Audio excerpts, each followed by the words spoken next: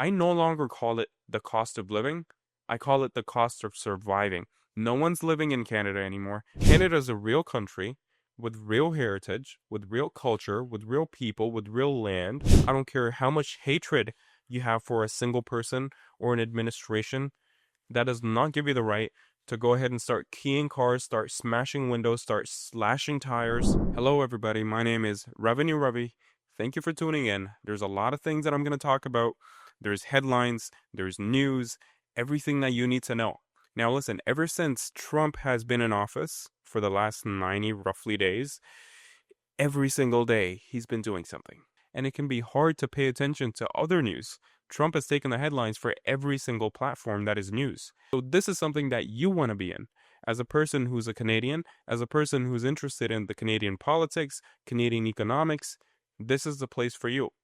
I'm going to talk about one, the mainstream, and number two, the things that matter to us. The first topic is Carney calls election. This is Mark Carney, who is currently the Prime Minister of Canada. He calls election, a snap election, on April 28th. So we're going to get into that. Also, Canadians boycott American trips. We are no longer going to Myrtle Beach. We're no longer going to Miami, Venice. Forget about it. We are staying in Canada, or we're going to Mexico, we're going to Europe. Changing destinations, it's a big shift. It's a big shift in the economy. It's a big blow to the airlines. It's a big blow for the tourist attractions. We're going to talk more about that. And the last one, this is an interesting one. Elon Musk says Canada is not a real country. Need to talk about that one. Regardless, there's a lot of Tesla outrage going on, not just because of those words, but just in general, there's a lot of Tesla outrage. Countless videos of people keying Teslas, vandalizing places like Tesla dealerships, US embassies. There's a ton of those videos that are out, so we're going to watch some of that too. It's a lot to talk about. Let's start with the first one. Listen, Mark Carney calls the election.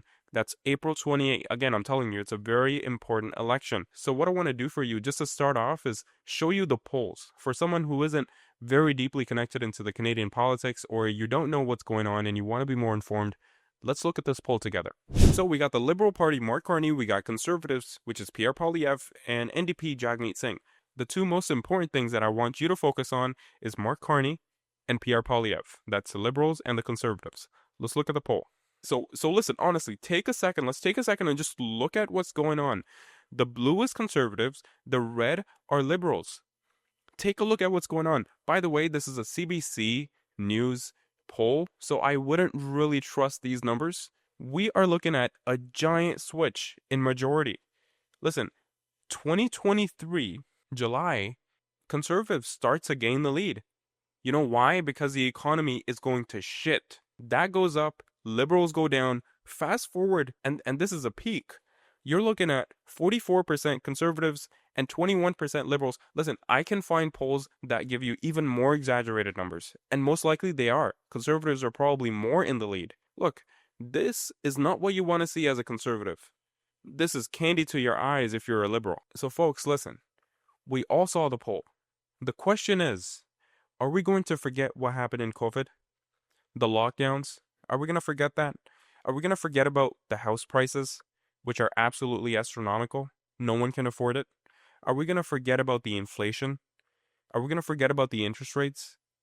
Are we just going to forget about it and give them another chance? They've been ruling for 10 years, okay? 10 years is a long time. So now I'm going to show you a video. We're both going to watch it together. It's not too old, okay? So this is very recent. Let's go ahead and watch this video. Titles feel like they're absolutely fucking drowning financially as a single 29-year-old woman. I have 3 jobs. And I'm still fucking struggling. And I'm just getting myself farther and farther into credit card debt because I don't have enough after the first in the lot to avoid using it. It just isn't working. Full-time job. Right. And that's the story for a lot of people. A lot of people are going through this. Let me read the comments for you guys. We are basically working to pay taxes. I'm so sick of working for nothing. This is, by the way, last year. Okay, January 4th. This is literally last year. Same here, single, and I'm thinking of doing a 3rd job. The worst part is where we can find good partners, okay? Same here. All I can say, hope that things get better. FK Trudeau. I moved out to Vancouver because I couldn't afford the cost of living there anymore.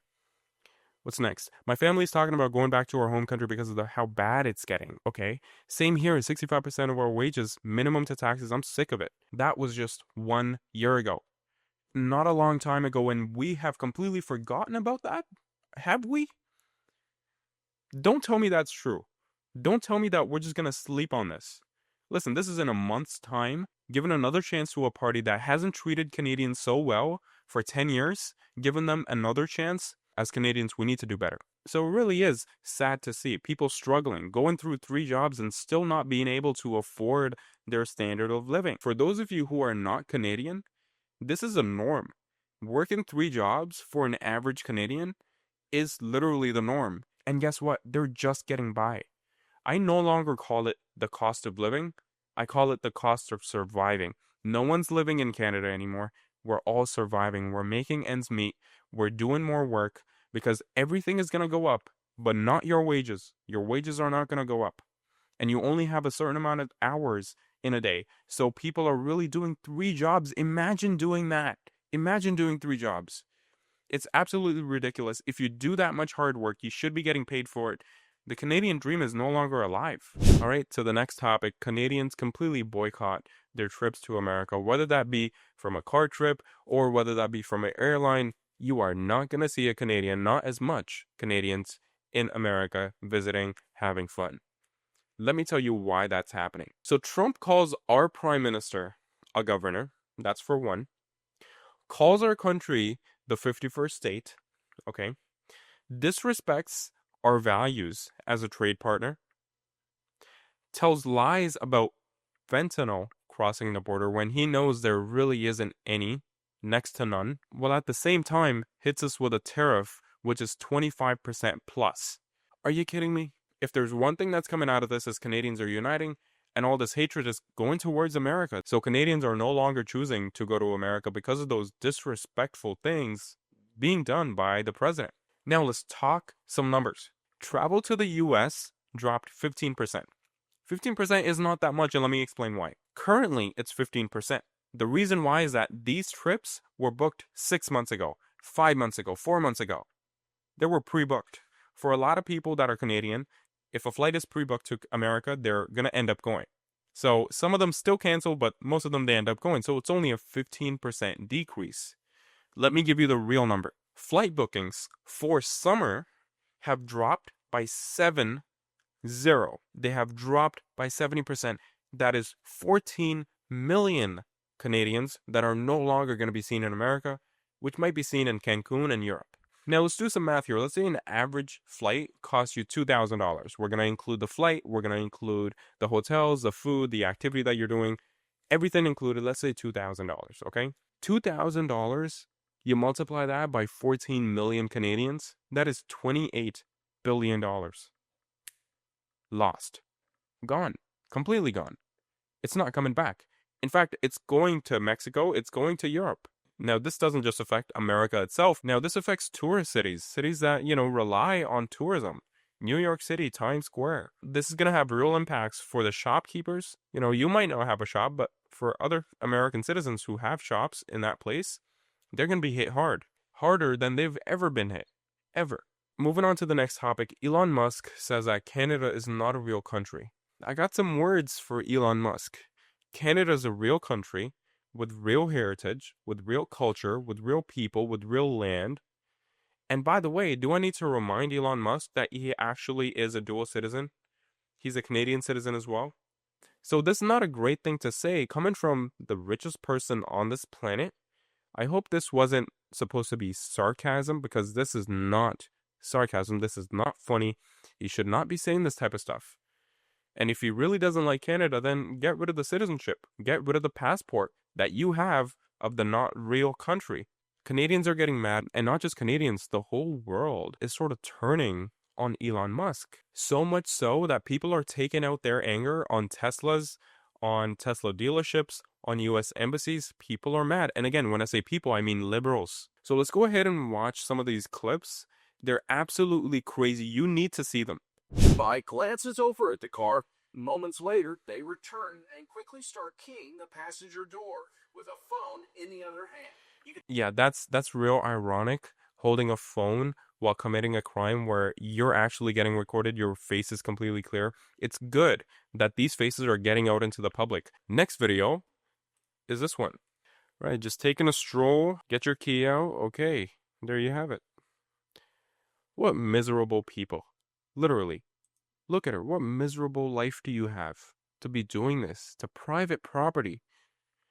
Another video. Just so you know what's happening, these videos are absolutely crazy. When I was choosing these videos, there were so many, I had to decide which one to put in. And this one is by far the craziest. About 4:30. Nevada. Police are investigating an attack on a Tesla Cybertruck early this morning. The whole thing was caught on video. This man not only vandalized private property, but he purposely went into a driveway. Just look. So he slashed the tires, he smashed the windshield. It really is hard to watch, and it's sad to see what people are capable of and the level of hate that they have for them to be doing this type of stuff. Listen, I don't care what you think. I don't care what your opinion is. I don't care how much hatred you have for a single person or an administration. That does not give you the right to go ahead and start keying cars, start smashing windows, start slashing tires. You are a criminal if you do that, and you should be jailed. The only difference is if you get jailed in Canada, you'll be back out the next morning because Catch and Release is such a great program. So I don't care if you think Elon Musk is a Nazi, Trump is a fascist and a dictator. Keep those opinions to yourself. You want to talk about it, you want to have a debate, go ahead and do that. You cannot do what we saw in those videos. It's absolutely hard to watch, and we need to stop ASAP. So guys, this wraps up the whole video. Subscribe, like, share, comment, do what you need to do, whatever you need to do. Dislike, like, it's up to you, man.